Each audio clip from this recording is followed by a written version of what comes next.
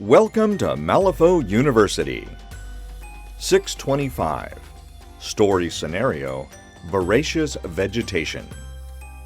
Many nations on Earth don't celebrate Halloween and may not be familiar with it. This holiday falls on October 31st each year and may be rooted in pagan superstitions, but now is a celebration of scary stories, costumes, and candy. This story scenario draws on popular entertainment ideas about plants pitted against zombies, which come in wave upon wave, with larger and more specialized zombies attacking as the game progresses. You might be familiar. This is a special story scenario that doesn't use victory points, strategies, or schemes. Like other story scenarios, most of the setup is predetermined and designed specifically for the encounter. One player is the attacker and has 3 botanist models in his crew. If you don't have the botanist models, you can substitute any models on 40mm bases as long as you can keep track of which is botanist 1, which is botanist 2, and so on. You'll also need grow tokens to add to your botanist models or proxies, so have something you can use for those, even if it's a handful of coins, buttons, or dice. Additionally, the attacker brings 1 Emissary of Fate model from any faction, not the little puppet effigy, but the big emissary that it turns into. Again, if you don't have the model, you can substitute any model on a 50mm base. The attacker cannot hire other models and has no soulstone pool, which is fine, because the entire crew is made up of minions and an enforcer, none of which can use soulstones anyway. The defender starts off with 8 mindless zombie models, and we're just going to pretend they don't have a hiring limit of 5 because this is a special encounter. If you don't have the mindless zombie models, any models you do have on 30mm bases will do. While you start off with just 8, the defender will summon zombie keyword minions and more mindless zombies each turn, so be prepared with more 30mm base models on standby. We'll get into these details in a minute, but if you're going to proxy models in for these minions, be sure to have a good way of tracking which model is which. In fact, since you're going to have so many mindless zombie models or proxies on the table, you might want to just write down a list so you can keep track of wounds, activations, and the like. Lastly, you'll need to create a bunch of hedge markers for this scenario. These hedge markers are on 30mm bases and are impassable, but have no height. The area 1 inch around each one is considered severe terrain. The botanists are all unaffected by severe terrain, but some of the emissaries are, which may affect your choice of which one to hire. Also, botanists can move through the hedge markers, but cannot end a movement overlapping one.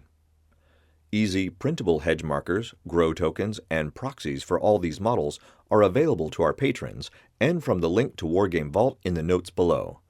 Because the composition of both crews is so specific and the defender's crew list will change throughout the game, you may find it easier to forego the Crew Builder app altogether and just play the scenario completely with paper stat cards. This scenario can use any deployment agreed upon by both players or flipped for randomly. If you flip for it, a ram is standard deployment, a crow is corner deployment, a tome is flank, and a mask is wedge. Regardless, you should set up the table as normal with the usual amount of terrain. Be sure to discuss the terrain with each other so you understand what's impassable, hazardous, severe, and whatnot. Once the attacker chooses a deployment zone, he deploys all 4 of his models at once without dividing them into 2 groups. Each botanist model gets a grow token after deploying, and after flipping for initiative, the attacker will get 4 pass tokens since the defender is starting the game with 8 models. After the attacker deploys, the defender deploys her mindless zombie crew anywhere on the table, as long as they're at least 10 inches away from all the botanist models.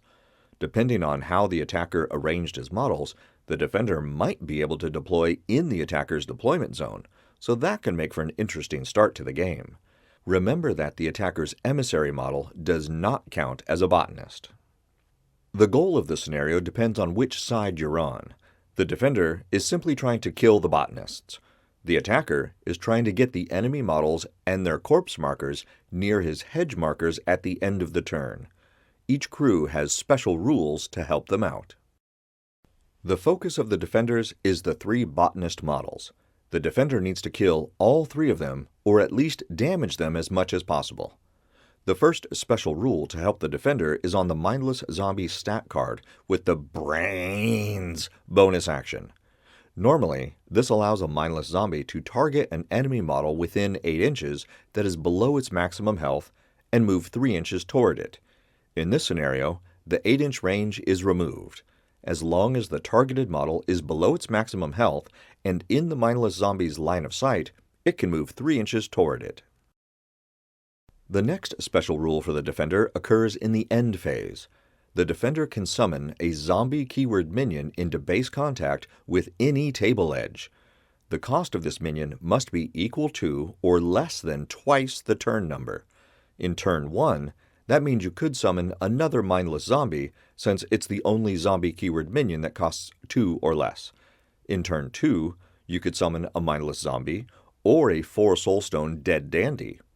In turn 3, a mindless zombie, dead dandy, guild autopsy, rotten bell, dead doxy, or rabble riser.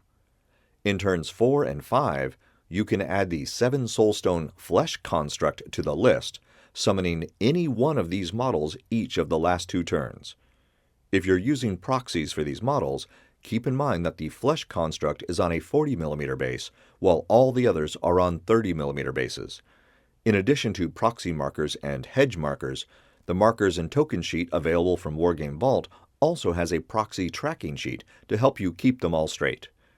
To give the defender an even greater advantage, all models summoned this way gain the Pack Mentality ability from the Mindless Zombie stat card that gives them a +1 to duels during their activations for each other friendly model within 3 inches and line of sight, since this is an aura. It says friendly model with the same name, but this scenario also says they're all considered to be mindless zombies for the purposes of this ability, so tomato, tomato. Once the defender chooses to summon a model to a table edge, there's one more thing to do. The defender summons 2 more mindless zombies, touching either any table edge or any corpse marker. If you summon one touching a corpse marker, you remove the corpse marker. Take note that the wording of these summoning features is that the first one is optional, but this second one that is specifically for mindless zombies is not. The defender will summon at least 2, but maybe 3 models in the end phase of each turn. Since this occurs in the end phase, the attacker does not gain pass tokens when these models are summoned. That will wait until the start phase of the next turn after flipping for initiative. The attacker has a few changes to the botanist models to help balance out the buffs to the zombie crew. This scenario was written for the botanist models before the September 2024 errata changed some of their stats and abilities, but since it changes the zombies' abilities and actions, there's no reason we can't modify the current botanists to stay true to the intent of the encounter. The Feed Me ability currently says the botanist may remove a marker within 4 inches when it activates to gain a grow token and heal 1. All botanist models start the game with 1 grow token after they deploy, and in this scenario, this ability is modified to also say, when this model damages an enemy model with a melee attack, it gains a grow token. The next modification comes to the Strong Roots ability, which gives a +1 to the botanist's stats when it has any grow tokens. Originally, this was folded into the Feed Me ability and gave +1 to the model's stats per grow token to a maximum of +2. This scenario increased that limit to +4, so let's change the Strong Roots ability to reflect that intent. This model gains +1 to its stats for each grow token on it to a maximum of +4, but this does not include health. These altered abilities are printed on the proxy tracking sheet included in the markers and tokens packet available on the Wargames Vault. One last choice to make is about the stats of the botanist. The original stats when the scenario was written has the botanist movement at 4 and health at 7. The September 2024 errata bumped the movement up to 5, but cut the health back to 6. It's fair to let you decide which version you want to play with, as long as that decision is clearly made before the game begins and applies to all botanist models. Now, the botanist crew is going to get a lot of pass tokens and grow tokens throughout this encounter. You can still use pass tokens normally during the initiative flip of the following turn, and during the current turn to skip an activation and force the zombie player to go again. When you skip an activation with a pass token, you get a choice.